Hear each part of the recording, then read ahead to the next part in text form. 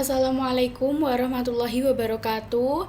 Perkenalkan, nama saya Rizka Amelia Triana Putri dari kelas reguler A dengan NIM 16 0924 231.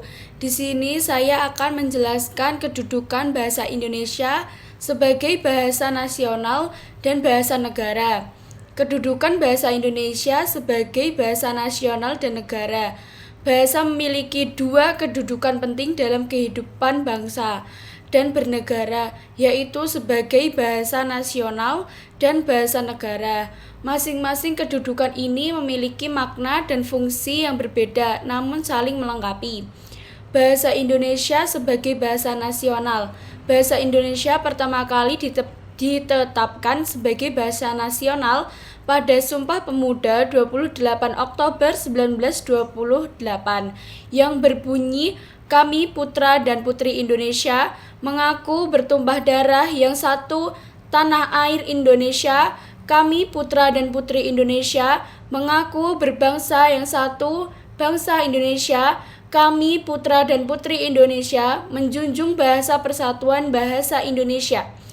Definisinya yaitu bahasa Indonesia adalah bahasa yang menjadi simbol identitas dan persatuan suatu bangsa. Dalam hal ini, bahasa Indonesia menjadi lambang identitas nasional sebagai seluruh masyarakat Indonesia.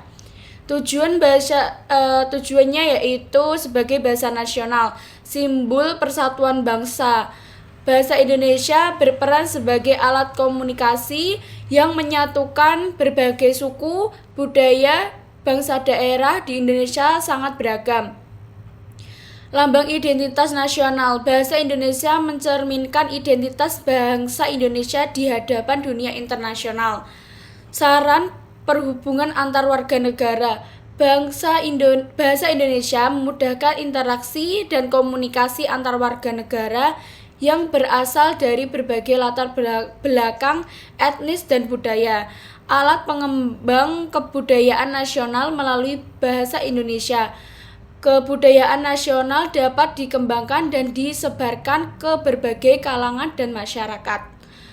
Bahasa Indonesia sebagai bahasa negara. Bahasa Indonesia ditetapkan sebagai bahasa negara melalui Undang-Undang Dasar 1945 Pasal 24 yang menyatakan bahwa bahasa negara ialah bahasa Indonesia.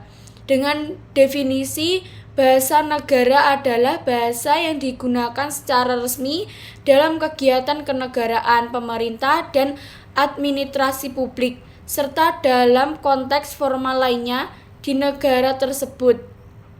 Tujuan bahasa Indonesia sebagai bahasa negara yaitu yang pertama, bahasa resmi dalam administrasi pemerintah.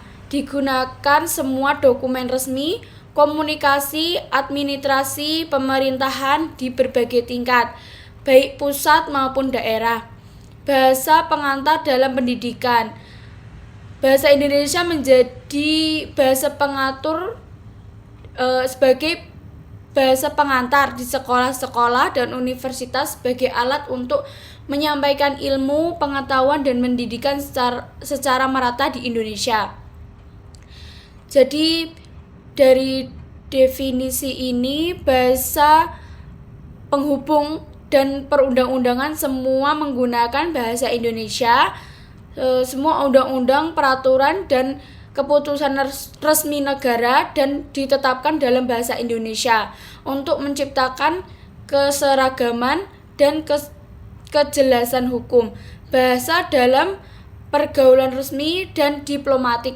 Bahasa Indonesia digunakan dalam hubungan resmi di dalam negeri maupun diplomasi dengan negara-negara lain. Kesimpulan dari yang saya jelaskan yaitu bahasa Indonesia sebagai bahasa nasional yang berfungsi menyatukan bangsa, melembanggakan identitas nasional, sementara sebagai bahasa negara, bahasa Indonesia digunakan dalam administrasi pemerintahan, pendidikan, dan sistem hukum. Kedua peran ini menjadikan bahasa Indonesia sangat vital bagi keberlangsungan bangsa dan negara Indonesia. Sekian yang dapat saya jelaskan tentang kedudukan bahasa Indonesia sebagai bahasa nasional dan bahasa negara. Apabila saya ada salah kata ataupun tutur kata yang saya kurang benar, mohon maaf. Wassalamualaikum warahmatullahi wabarakatuh. Terima kasih.